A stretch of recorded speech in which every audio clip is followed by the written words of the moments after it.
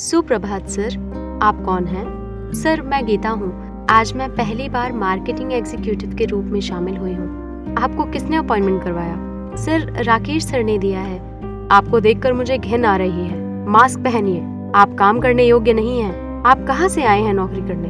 Company के MD Gita को बहुत कड़े शब्द सुनाने लगे। आपको नौकरी नहीं दी जाएगी। आपको देखकर मुझे घिन आ रही है। इतना कहकर समीर सीधे राकेश के कैबिन में चला गया।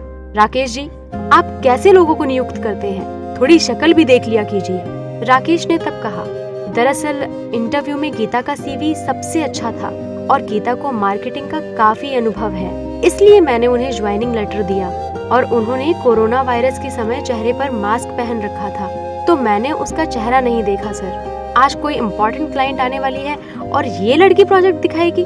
उसे देखकर मुझे उल्टी आ रही है। उस लड़की को आज ही ऑफिस से निकाल दो। दिमाग खराब हो रहा है। अगर ये ग्राहक आज हाथ से निकल जाता है तो बहुत बड़ा नुकसान हो जाएगा। उसे प्रोजेक्ट दिखाने की जरूरत नहीं, आप क्लाइंट को हैंडल करेंगे। इतना कहकर समीर अपने कमरे में चला गया। राकेश को देखकर गीता परेशान हो जाती है। राकेश गीता के पास आती है और कहती है, आज तुम्हारे ऑफिस का आखिरी दिन है। मुझे दुख है, मुझे गलत मत समझो। सर ने मुझे आज का प्रेजेंटेशन करने को कहा। गीता ने तब कहा, एक समस्या है साहब, मुझे सब पता है, मैं अब चलती हूँ। सर बस मेरा एक रिक्वेस्ट है, क्या मुझे प्रेजेंटेशन में रखा जा सकता है? राकेश ने तब सोचा और कहा, ठीक है, लेकिन आपको मास्क पहनना होगा। गीता को यह स्थिति उसके जीवन में एक अप्रत्याशित दुर्घटना के कारण मिली। भले ही उनकी सारी पढ़ाई और अनुभव ऊंचे दर्जे के हो, लेकिन आज कोई भी उन्हें उनके रूप रंग के कारण नौकरी नहीं देना चाहता। राकेश अपने क्लाइंट के सामने प्रेजेंटेशन दे रहे हैं। सब ध्यान से सुन रहे हैं। प्रेजेंटेशन के अंत में क्लाइंट ने मिस्टर समीर को कहा, दरअसल मिस्टर समीर, हमारी कंपनी ये प्रोजेक्ट आपकी कंपनी को नहीं दे पा रही है। आपके डिजाइन के हिसाब से अस्पताल का आकार बहुत ही छोटा हो रहा है। अगर ऐसा हुआ तो धूल से पर्यावरण खराब हो सकता है। I am sorry mister Sameer. ऐसा कहकर क्लाइंट उठने ही जा रहे होते हैं, तब गीता कहती है, माफ कीजिए सर, यदि आप मुझे अनुमति दें तो मैं 5 मिनट के लिए संक्षेप में बताना चाहूंगी। जब मिस्टर समीर ने क्लाइंट के सामने औपचारिकता बनाए रखने की अनुमति दी तो गीता ने कहा, वास्तव में हमने ये प्रोजेक्ट सूर्य की रोशनी को ध्यान में रखते हुए बनाया है। सूरज की रोशनी में कई बीमारियों से बचने की क्षमता होती है। हमने प्रोजेक्ट को इस तरह से डिजाइन किया है ताकि सूरज की रोशनी सीधे मरीजों पर पड़े। फिर क्लाइंट ने कहा, माफ कीजिए, क्या आप मास्क खोलकर बात कर सकते हैं?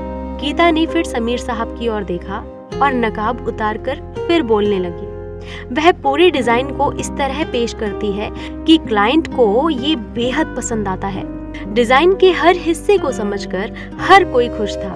गीता ने जब बात समाप्त की तो क्लाइंट ने कहा, हमने इस प्रोजेक्ट में इतनी महत्वपूर्ण बातों के बारे में सोचा ही नहीं था। समीर जी, आप वाकई बधाई के पात्र हैं, क्योंकि आपने इस लड़की को उसकी शक्ल देखकर नहीं बल्कि उसके टैलेंट को देखकर हायर किया था।